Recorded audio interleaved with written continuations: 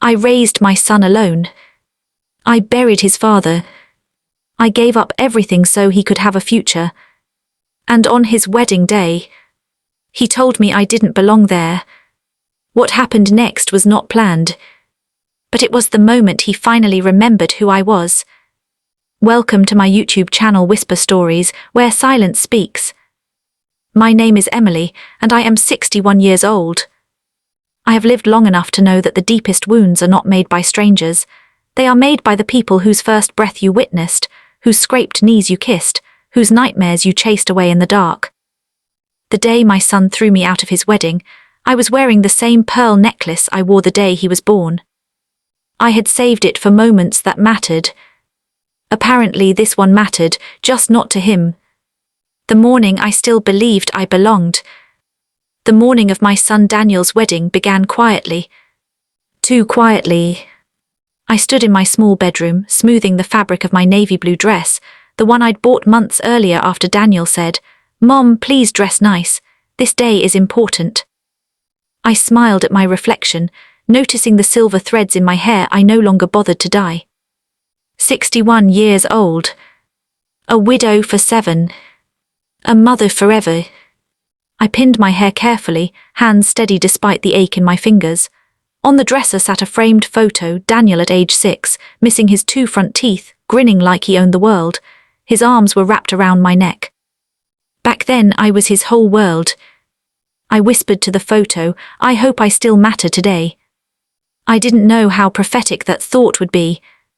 A love that slowly pushed me aside. Daniel met Rachel 3 years ago. She was beautiful, there's no denying that. Sharp cheekbones, perfect posture, the kind of confidence that filled a room before she did. When Daniel first brought her home, she smiled politely at me, her eyes scanning my modest living room like she was evaluating a rental property. I tried. I truly did. I cooked her favorite meals after Daniel told me what she liked. I complimented her dress choices. I offered help with wedding planning, but Rachel always declined with a tight smile. "We have it under control," she'd say. Daniel would nod beside her, not meeting my eyes. Slowly, calls became texts. Texts became silence. Sunday dinners became busy schedules. Still, I told myself this was normal. Children grow, they build new families, mothers step back. What I didn't realize was that I wasn't stepping back, I was being erased. Arriving at the weddings. The venue was breathtaking, a restored estate with white pillars, cascading flowers, and rows of chairs set perfectly on the lawn. Soft music floated through the air as guests laughed and chatted. I arrived alone. No one greeted me. I stood awkwardly at the entrance until a young usher asked, "Name?" "Emily," I said softly, "mother of the groom." He blinked. "Oh, right, front row, I think." "I think." That should have been my first warning. I took my seat, clutching my purse like a lifeline. Around me sat Rachel's family, loud, confident, already acting like they owned the day. No one spoke to me. Daniel didn't look at me when he walked down the aisle.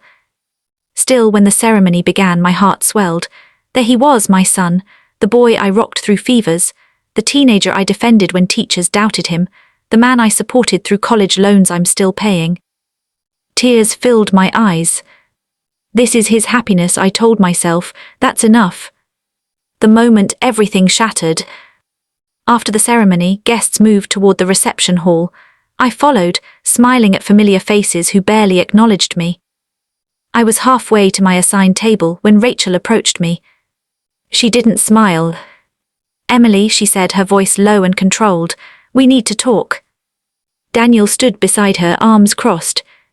My heart sank. Rachel leaned closer. "This is delicate, but we've decided it would be best if you left." I laughed softly, thinking she must be joking. Left the reception. Daniel finally spoke. "Mom, Rachel's parents are uncomfortable." "Uncomfortable with what?" I asked. Rachel's eyes hardened. "With certain appearances. This is a high-profile event. We don't want distractions." The word hit me like a slap. Distractions.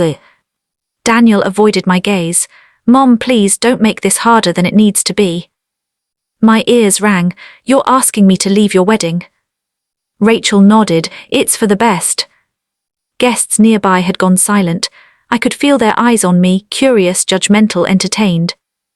Something inside me cracked. The sentence that changed everything. For a moment, I considered doing what I'd always done, swallowing my pain for my child's comfort.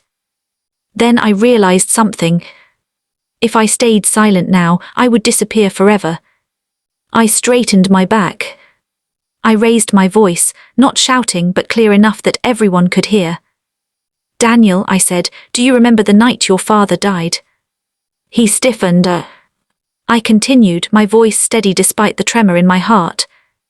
You were 19, you couldn't afford college, you wanted to quit school to work full-time. People had stopped moving, music faded. I sold my wedding ring, I said, holding up my bare hand. The ring your father put on my finger so you could stay in school. Rachel's face paled. I worked 2 jobs, I skipped meals, I smiled so you wouldn't feel guilty. I looked at my son directly. And today, on the day I came to celebrate your happiness, you are asking me to leave because I don't fit the image. A hush fell over the room. Daniel's lips parted but no words came. I took a breath. I will leave, I said calmly, but not because I am ashamed. I will leave because I refuse to beg for a place in a life I helped build. Silence. Absolute suffocating silence. The fallout. Rachel's mother shifted uncomfortably. Guests avoided eye contact. Someone sniffled. Daniel finally spoke, his voice barely above a whisper. Mom, wait. But I was already turning away. As I walked toward the exit, something unexpected happened. People stood. One by one. A woman I didn't know touched my arm. You don't deserve this. An older man nodded at me. You raised him, he forgot. I didn't look back. I left with my dignity intact, and my heart shattered. The call that came too late. 3 days later, Daniel called. I let it ring. Then again. And again. Finally, I answered. I'm sorry, he said, his voice broken. I didn't see it, I didn't see how wrong it was. I closed my eyes, I know. Rachel, I later learned, had been furious, not at him but at me for ruining the mood. That marriage didn't last a year. Daniel came to my house one rainy evening, standing at the door like a lost child. I forgot who loved me first, he said. I hugged him. Because that's what mothers do. The moral. Love should never require silence to survive. Respect is not optional, not for age, not for family, not for mothers who gave everything and asked for nothing. And if you ever find yourself choosing comfort over compassion, remember this.